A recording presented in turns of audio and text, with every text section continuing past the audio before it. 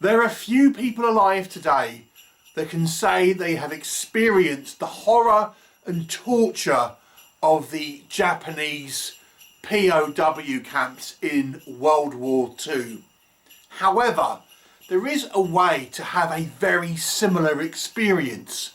You could watch Granny Krampus, a movie directed by Jack E. Bell, apparently that's a real name, and produced by some characters who you may know have produced a lot of low-budget British movies. They like to use pseudonyms, all I'm saying.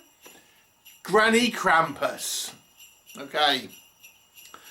So, what's this all about? It focuses on an estranged family at Christmas time. Primarily focusing on two sisters. Their parents have been killed in a car accident. So they end up at their grandmother's house on Christmas. They haven't seen her since she was a child, since they were children, sorry. And then we also have an uncle turn up. We've got a cousin. We've got the weird old great uncle upstairs who doesn't speak. And it's all a little awkward, you might say, as some family Christmases can be. However, what makes it more awkward is that this family might have a curse that involves Mother Krampus. Oh yes. An entity that walks around in a Santa costume with a rubber mask. Scary. Okay. What'll happen? You'll have to watch the movie and find out. So, let's talk about what works with this movie.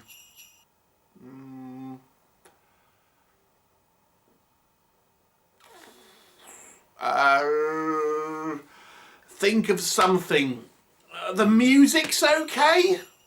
Yeah, the music's okay. There's a couple of Christmas lights dotted around. Yay, it's Christmas.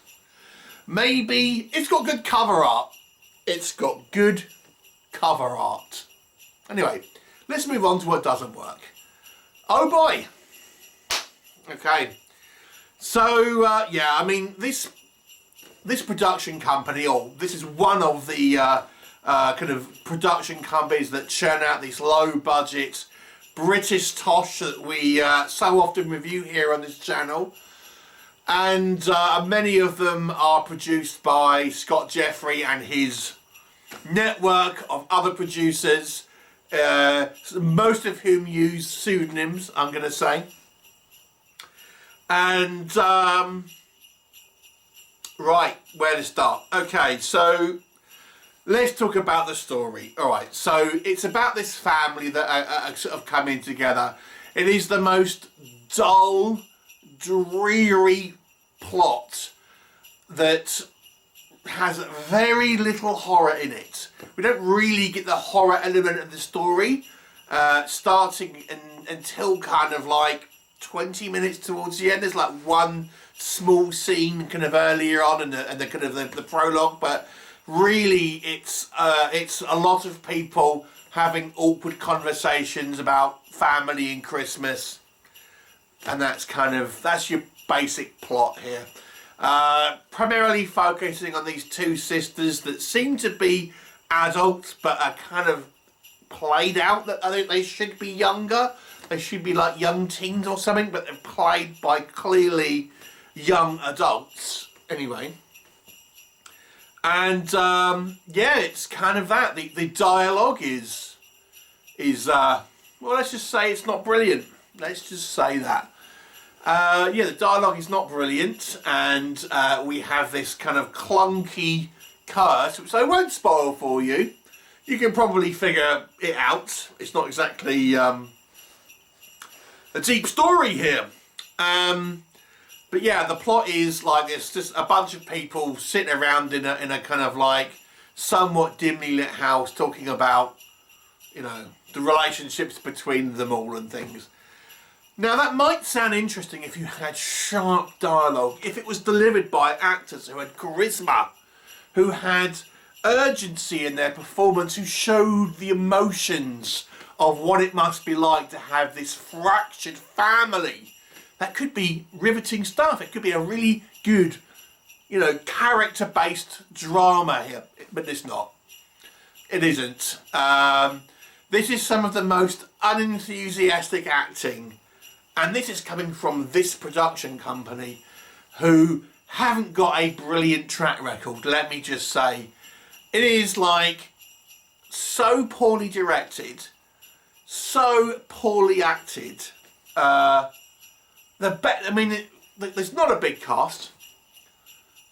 Maybe there's a couple of smaller characters that do a better job, but even that, I'm not singing their praises. It's better than garbage, because the acting is some of the poorest I've seen in even low-budget British movies, of which we review quite a lot, and of which I say the acting isn't a lot good most of the time. It is not good. So we have a boring story. We have not good actors.